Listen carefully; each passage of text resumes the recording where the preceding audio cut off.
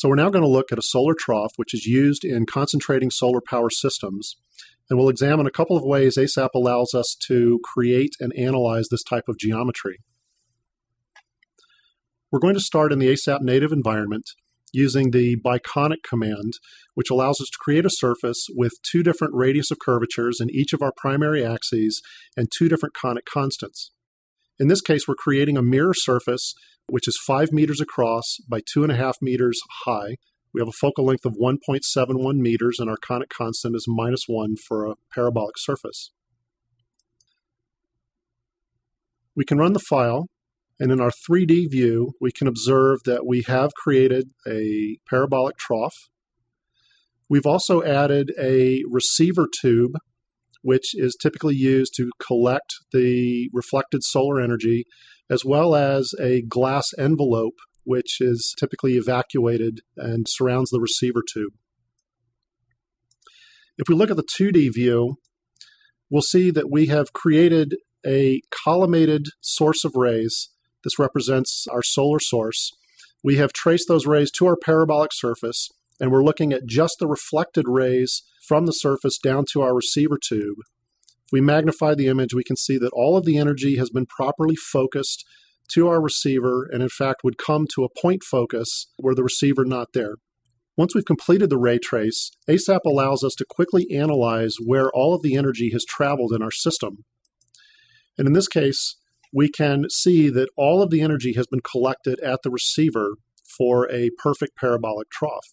ASAP also allows us to create a map of our parabolic surface, and this is done by tracing a user-defined grid of rays to the surface and calculating the intersection point for every ray. This data is then saved to a file which can be recalled and is shown in an ASAP picture window. We can see in cross-section that we have created a parabolic surface in the YZ plane.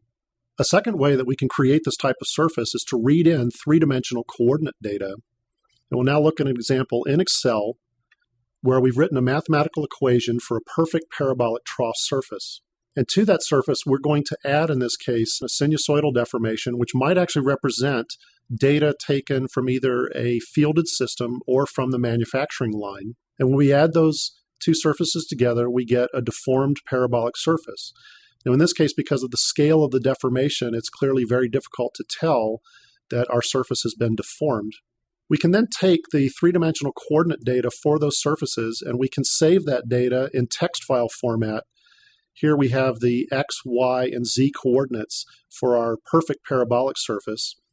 We've also saved a similar text file for the deformed parabolic surface, and we can directly read that data back into ASAP.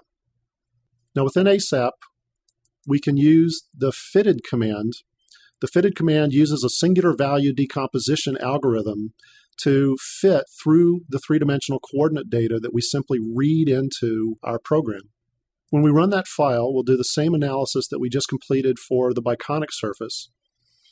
And we can see in the three-dimensional view that we have, again, traced rays to our parabolic reflector. Those rays have been focused down to our receiver tube. And in this case, we've plotted both the parabolic surface and the data points through which it was fitted.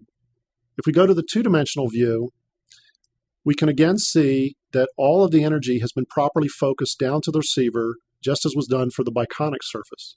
Now, if we repeat this same analysis for the deformed surface by simply reading in the deformation data that we generated in Excel, it's rather difficult to see anything in the 3D view, but in the two-dimensional view, we can immediately see that the deformation has resulted in energy not coming to the perfect point focus that we had before.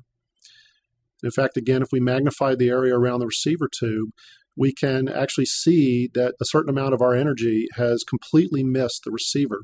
Now, in this case, if we again analyze where the energy has gone in the system, we can see that only 77% of the energy was actually captured at our receiver. The other 23% of the energy hit the envelope, but was then lost to the system.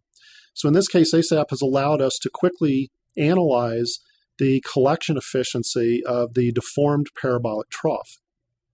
Now, we've created a map surface for both the perfect parabolic trough and the deformed parabolic trough. And ASAP allows us to quickly subtract one from the other. And when we look at the difference between the two surfaces, we can quickly determine that we have recovered the sinusoidal deformation that we induced in Excel. However, any program could be used to generate this type of text data as well as using ASAP itself. Now, one might ask, since we've created a perfect surface as a biconic within ASAP, and we've also fitted data for a perfect surface, what is the difference between those two perfect surfaces? We can use the same map command to take the difference between the biconic and the fitted surface.